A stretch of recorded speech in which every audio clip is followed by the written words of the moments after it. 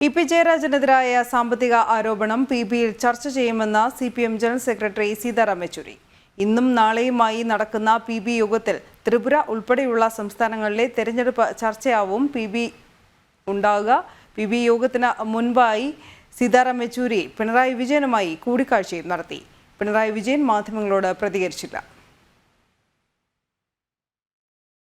CPM കേന്ദ്ര committee അംഗം EP. ജയരാജനെതിരായ ആരോപണം പോളിറ്റ് ബ്യൂറോയിൽ ചർച്ച ചെയ്യും. ത്രിപുരയടക്കമുള്ള സംസ്ഥാനങ്ങളിലെ തെരഞ്ഞെടുപ്പ് വിഷയങ്ങളാണ് മുഖ്യ അജണ്ടയെന്നും അതിനു പുറമെ കേരളത്തിലെ വിഷയമടക്കം ചർച്ച ചെയ്യുമെന്നും CPM general secretary Sitaram Yechury തന്നെ വ്യക്തമാക്കി.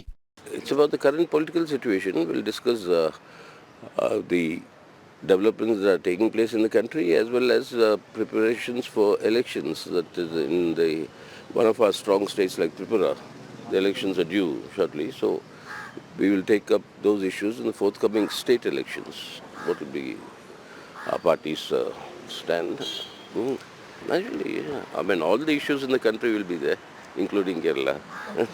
സംസ്ഥാന സെക്രട്ടറി M.V. ഗോവിന്ദൻ വിഷയം പി.ബിയിൽ ഉന്നയിക്കാനാണ് സാധ്യത. വിഷയത്തിൽ മുഖ്യമന്ത്രി പിണറായി വിജയന്റെ നിലപാടും ശ്രദ്ധേയമാവും. ഇന്നും നാളെയുമായാണ് പി.ബി ചേരുന്നത്. നേരത്തെ ഇ.പി. വിഷയത്തിന്റെ വിശദാംശങ്ങൾ കേന്ദ്ര നേതൃത്വം സംസ്ഥാന നേതൃത്വത്തോട് ശേഖരിച്ചിരുന്നു. വിഷയം പി.ബിയിൽ ചർച്ചയായ ശേഷം ജനുവരിയിൽ ചേരാനിരിക്കുന്ന കേന്ദ്ര കമ്മിറ്റിയിലും ചർച്ചയാവും. ഇ.പിക്കെതിരായി അച്ചടക്ക നടപടിക്കോ അന്വേഷണത്തിനോ ഉത്തരവിടേണ്ടത് കേന്ദ്ര നേതൃത്വമാണ്. ജനം, ഡൽഹി.